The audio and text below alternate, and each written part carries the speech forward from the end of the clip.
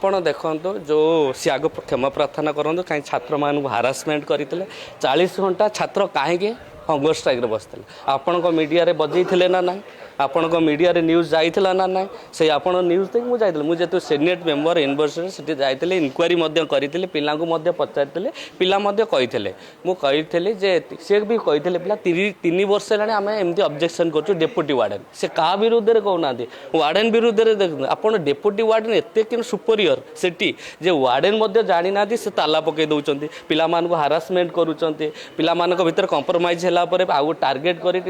ଇଏ ନେଉଛନ୍ତି ଏ deputy warden କାହିଁ ନେଉଛନ୍ତି ମୁଁ ସେଠି କହିଥିଲି ଯେ ତାଙ୍କୁ ମୁଁ ଆପଣ ସେଠି କହିଥିଲେ ଯେ ଭିସି ବସିଥିଲେ ଭିସି କହିଥିଲି ସାର୍ ଆପଣଙ୍କ ଚାମ୍ବରରେ ଡାକନ୍ତୁ ଡେପୁଟି ୱାର୍ଡେନ୍କୁ ଆଉ ଆପଣଙ୍କ ଚିଫ୍ ୱାର୍ଡେନ୍ ଯିଏ ଅଛନ୍ତି ଡାକନ୍ତୁ ଆଉ ପିଲାଙ୍କ ରିପ୍ରେଜେଣ୍ଟ ଡାକନ୍ତୁ କାହିଁ ଏଇଟା ବାରମ୍ବାର ହେଉଛି ୟୁ ହାଭ୍ ଟୁ ଭାଲିଡେଟ୍ ତାଙ୍କର ଅବଜେକ୍ସନ୍ ଭାଲିଡେଟ୍ କରିବାରେ ଯଦି ଅବଜେକ୍ସନ୍ ଠିକ୍ ଅଛି ଆକ୍ସନ୍ ନିଅନ୍ତୁ ମୁଁ ଏଇ ପଏଣ୍ଟଟା କଲା ପରେ ସେ ରିଆକ୍ସନ୍ କଲେ ଇମିଡ଼ିଏଟ୍ ଯେ କିଏ ଚିଫ୍ ୱାର୍ଡେନ୍ ଯେ କାହିଁ ଭିକ୍ଟିମ୍ କିଏ ଆମେ ପିଲାଙ୍କୁ କାହିଁ ଡାକିବୁ ପିଲାଙ୍କ ସହିତ କାହିଁ ଆଲୋଚନା କରିବୁ ମୁଁ କହିଲି ସାର୍ 40 ଆୱାର ହଙ୍ଗର ଷ୍ଟ୍ରାଇକ୍ କଲେଣି ଆପଣ ଚାହୁଁଛନ୍ତି ସରକାରକୁ ବଦନାମ କରିବାକୁ ଏ ଷ୍ଟ୍ରାଇକ୍ କରିକିନି ପବ୍ଲିକ୍ କ'ଣ କରିବେ ଯେ ସରକାରଙ୍କର କିଛି ଆକ୍ସନ୍ ନାହିଁ ବଦନାମ ହେଉଛନ୍ତି କିନ୍ତୁ ଏଇଭଳି ପ୍ରଫେସରମାନଙ୍କ ପାଇଁ ସରକାର ବଦନାମ ହେଉଛନ୍ତି ମୁଁ ସେଇ ଆର୍ଗୁମେଣ୍ଟ କରିଥିଲି କାହିଁ ଡେପୁଟି ୱାର୍ଡେନ୍ କାହିଁ ଆସିବେ ନାହିଁ କେମିତି ବିନା ଭାଲିଡେସନ୍ ଆପଣ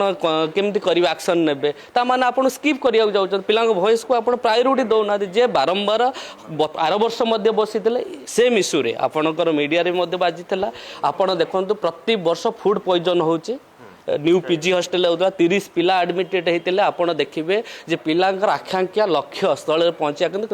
ଲାଇଫ୍ ରିସ୍କ ରହୁଛି ଯେ ସ୍ୱାସ୍ଥ୍ୟ ଉପରେ ରହୁଛି ସେ ଉପରେ ପ୍ରାଧାନ୍ୟ ଦେଉନାହାନ୍ତି ୱାର୍ଡେନ୍ ମାନେ ଆପଣ ଯେତେବେଳେ ମୁଁ ମଧ୍ୟ ନିଜେ ଯାଇଥିଲି ସେଠି ମଧ୍ୟ ବିଭିନ୍ନ ବିଧାୟକ ମଧ୍ୟ ଯାଇଥିଲେ କଲେକ୍ଟର ମଧ୍ୟ ଯାଇଥିଲେ ସେଠି ଦେଖିଲେ ଯେ ପାଣିର ଅବ୍ୟବସ୍ଥା ଖାଦ୍ୟର ବ୍ୟବସ୍ଥା ଯେ ଫୁଡ୍ ପଏଜନ୍ରୁ ପାଣି ଡାଇରିଆ ହେଇ ପଡ଼ିଥିଲେ ଆପଣ ଦେଖିବେ ରିପୋର୍ଟ ଆଣିବ ଫୁଡ୍ ପଏଜନ୍ କାହିଁକି ହେଉଛି ଆର୍ ରେସ୍ପନ୍ସିବିଲିଟି ୱାର୍ଡେନ୍ ଡେପୁଟି ୱାର୍ଡେନ୍ ଆଉ ଚିଫ୍ ୱାର୍ଡେନ୍ हाँ मुझे सेତେବେଳେ ମୋତେ डायरेक्ट माने अटैक कले जे विक्टिम के मु कौन रेस्पॉन्सिबिलिटी विक्टिम के मु आइडेंटिफाई करी सेठी आपन दायित्व विधायक कौन करेंगे विधायक सजेशन देवे विधायक पशिया जेहेतु senate member I have the right to say जे ये कराते प्रोसीजर करातु आमर मेंबर आम करार अच्छे सी तो मत वॉइस राइज कर काउंटर कले जेहेतु मेंबर लेजिस्लेटिव आमर भी अच्छे आम राइज वॉइस राइज कले ଆପଣ ଦେଖନ୍ତୁ ମୁଁ ସିନେଟ୍ ମେମ୍ବର ଖାଲି ବିଧାୟକ ନୁହଁ ସିନେଟ୍ ମେମ୍ବର ଭିତରେ ବାଉଣ୍ଡ ରାଇଟ୍ ଅଛି ଯିବା ପାଇଁ ଆପଣ ଦେଖନ୍ତୁ ଏଇଟା ମୁଁ ସିନେଟ୍ ମେମ୍ବର ଏଇଟା ୟୁନିଭର୍ସିଟିର ସିନେଟ୍ ମେମ୍ବର ଆମେ ସିନେଟ୍ ମେମ୍ବର ଯାଇପାରିବୁ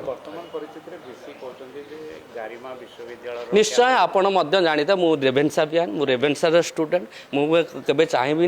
जे आमरी यूनिवर्सिटी गारिमा बंचे माने केबे निखुण हो निश्चय बजाय रखापी मुझे सब फैकल्टी मान को रिक्वेस्ट करुच्ची जे प्राधान्य दियो पाठ पढ़ारे ये जो राजनैतिककरण करुँचे जे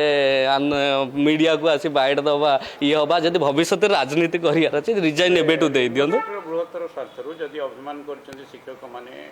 निश्चय देखो तो मो प्रोफेसर आम जब शिक्षक मोर रेस्पेक्ट अच्छी निश्चय शिक्षक मान बहुत रेस्पेक्ट दे जब शिक्षक को रेस्पेक्ट नदबा आम शिक्षार वृत्ति हम ना सेमती किसी आमर ना गोटे गोटे जो अच्छा आरोगांट प्रोफेसर माने देखिए यही व्यवस्था होची निश्चय ठीक बाटर आनिबार आमर कर्तव्य ଆପଣ ଦେଖନ୍ତୁ ସେ ତାଙ୍କର ଗୋଟେ ସଂଘ ଅଛି ଇଏ ବାୟସ୍ କରିଛନ୍ତି ଯେ ଏଚଓଡି ଅଛନ୍ତି ଅଲ୍ ଫ୍ୟାକଲ୍ଟି ମାନଙ୍କୁ ବାୟସ୍ କରି ଅଲ୍